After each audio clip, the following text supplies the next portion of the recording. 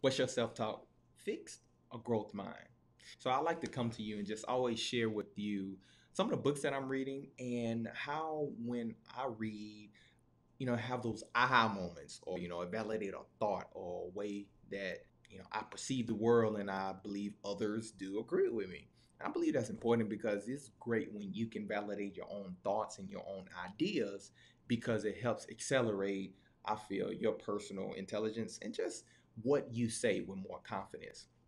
So one of my books I'm actually currently walking through, it's Mindset by Carol DeWitt, and she's a psychologist, and she just talks about success and some of the things she actually found. It's funny because she talked about two mindsets, and I had no idea that she talked about the fixed mindset because this is part of my brand. That fixed mindset and a growth mindset. And she was talking about something today, and I had to turn the camera on because I wanted to share with you and just let you know these are the ways that I learned I have my aha moments. I want to show you this cartoon skit that she used, and what she was talking about is how we overlook, effort that it actually takes to accomplish a task or a goal. We have to go through a lot of things to get to where we are today, including myself.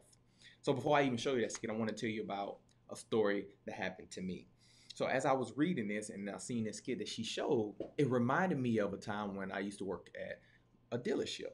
And I remember, we had two buildings. We had a new car building and we had a used car building. And most of the time, I would walk back and forth depending on what vehicle I was selling.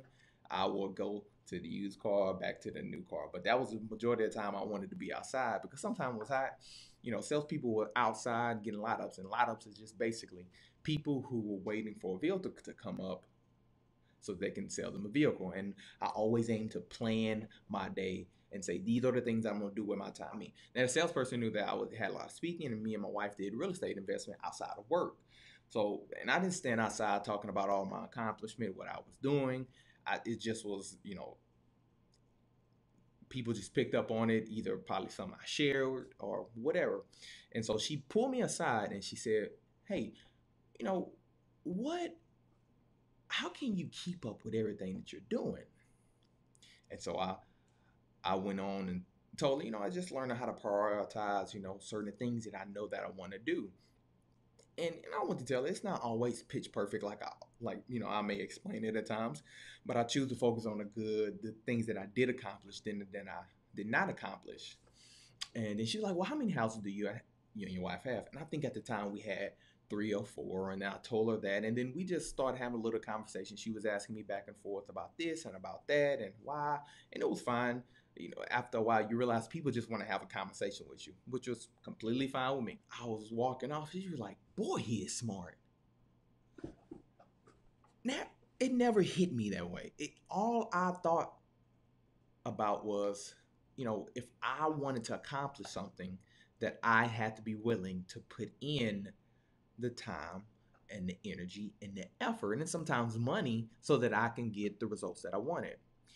And I thought it was interesting because the way that she viewed it was, "Oh, you're just smart, and that's just a part of how you operate."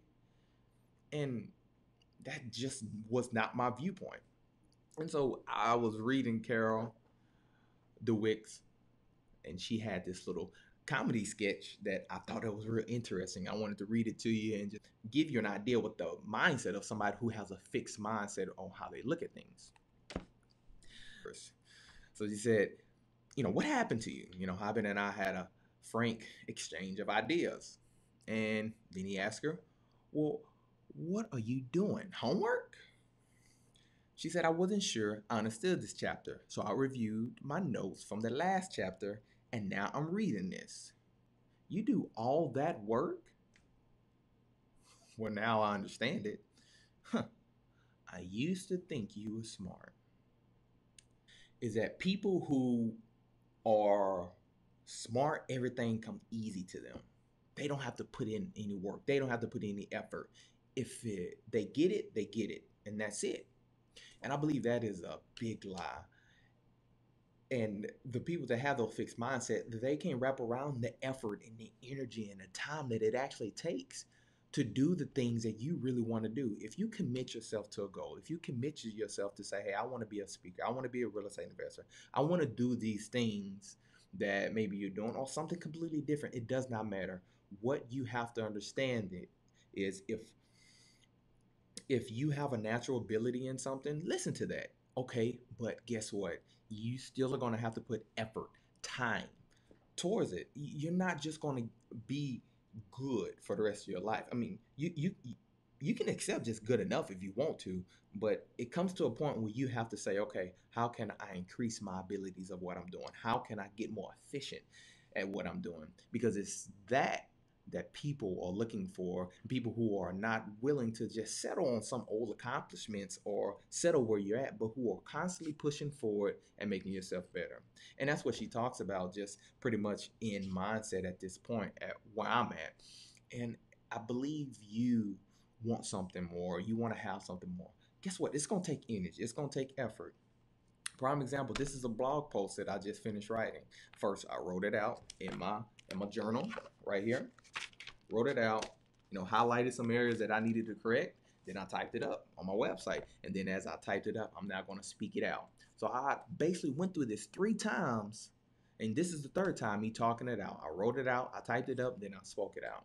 And these are the ways that we learn. These are the way we're able to form ideas that make sense by getting those aha moments. And it takes some time reading others who maybe have done the work. So if you enjoy anything I'm talking about, I want you to always join me at 7:45 Tuesday. I just talk more about this What's Your Self-Talk and how you can continue to have ideas or even experts who explore this What's Your Self-Talk mentality, establishing that growth mindset over the fixed mindset, and understanding the benefits that come along when you are willing to put forth the energy and effort. Thank you for watching.